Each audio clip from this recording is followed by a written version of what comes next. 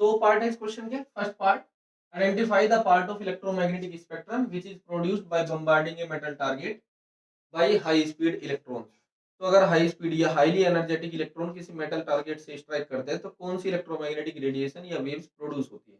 That are X rays. तो first वाले part का आंसर है X raise.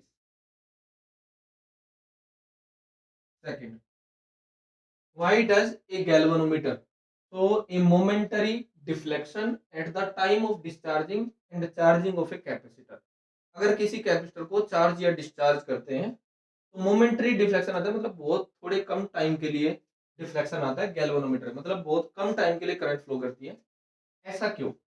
Right the necessary expression to explain this observation. जो capacitor होता है वो बहुत जल्दी फुल्ली चार्ज हो जाता है। जैसे ही वो फुल्ली चार्ज होगा फिर चार्ज फ्लो करना बंद कर देता है।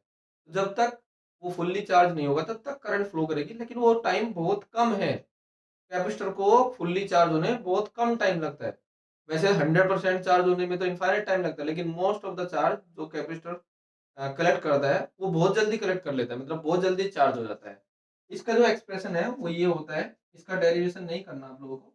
Q naught 1 minus e to the power minus t upon R t. थोड़ा सा एक्सप्लेन कर देता हूँ।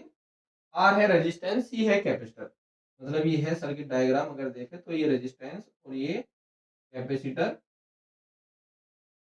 ये एक सेल बैटरी V वोल्ट की, ये रेजिस्टेंस R और ये कैपेसिटर C। तो जो इस पर चार्ज है किसी इंस्टेंट पर, ये Q, इस प्लेट पर माइनस Q।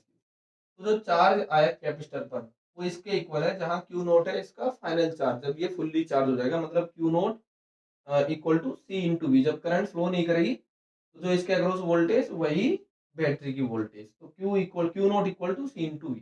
उतना डिटेल में जाने की जरूरत नहीं है, बट ये इक्वेशन है। अब जो ये RC है ये है टाइम कांस्टेंट। टाइम कांस्टेंट तो से रिप्रेजेंट कर देते हैं, ये है RC। अब इसी से देखना है जो ग्राफ है इसका चार्ज का विद टाइम, वो ग्राफ कुछ ऐसे है। इधर चार्ज और इधर टाइम, शुरुआत में चार्ज 0 फिर ऐसे। टाइम तो इनफाइनाइट लगेगा, लेकिन जो टोटल मतलब मोस्ट ऑफ द चार्ज है कैपेसिटर वो तुरंत आ जाता है। 0.63%, 0.63 क्यू नॉट,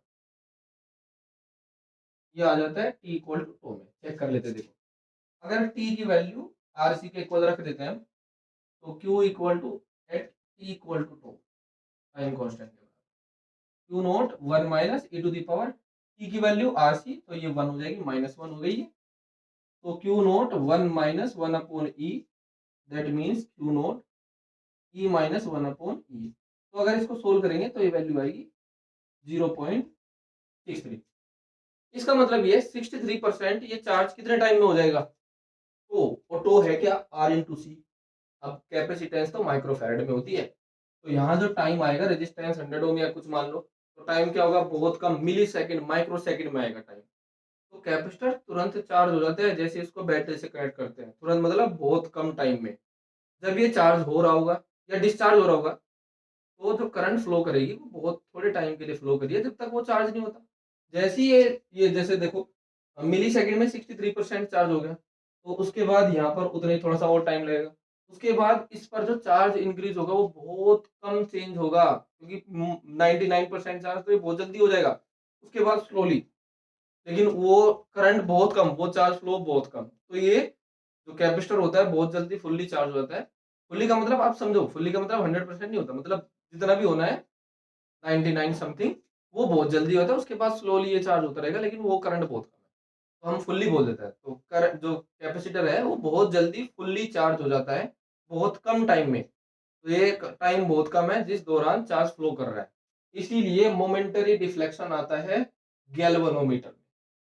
इसी वजह से, क्योंकि इसका टाइम कांस्टेंट कम है, टाइम कांस्टेंट कम है तो बहुत जल्दी चार्ज हो जाएगा, बहुत जल्दी चार्ज हो जाएगा।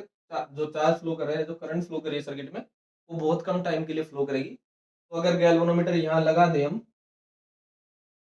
गैल्वेनोमीटर, तो इसमें डिफ्लेक्शन आएगा तो सही, लेकिन बहुत कम टाइम के लिए, बस एक बार दिखेगा फिर खत्म, उतनी देर में चार्ज होगा कैपेसिटर।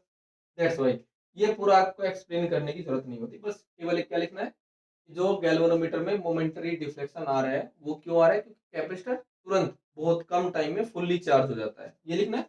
फिर ये इक्वेशन लिख के दिखानी है, ये वाला डायग्राम और ग्राफ ये सब एक्सप्लेन नहीं करना। तो एक तो ये एक्सप्रेशन लिखना है, ठीक है ना, the capacitor becomes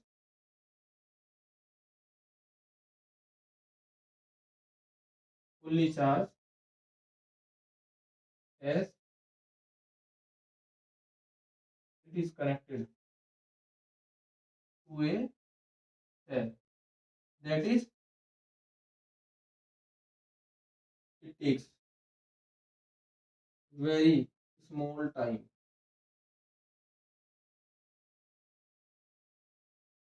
to become charged. So current flows for a very small, ये नेसेसरी एक्सप्रेशन। क्यू नोट होता है फाइनल चार्ज स्टेडी स्टेट में, जब करंट फ्लो करना बंद कर देती है, ठीक है। इसको ऐसे भी लिख सकते हैं, क्यू नोट किसके equal, C into V, 1 minus e to the power minus t upon, वो भी लिख सकते हैं, या आर, ये आपको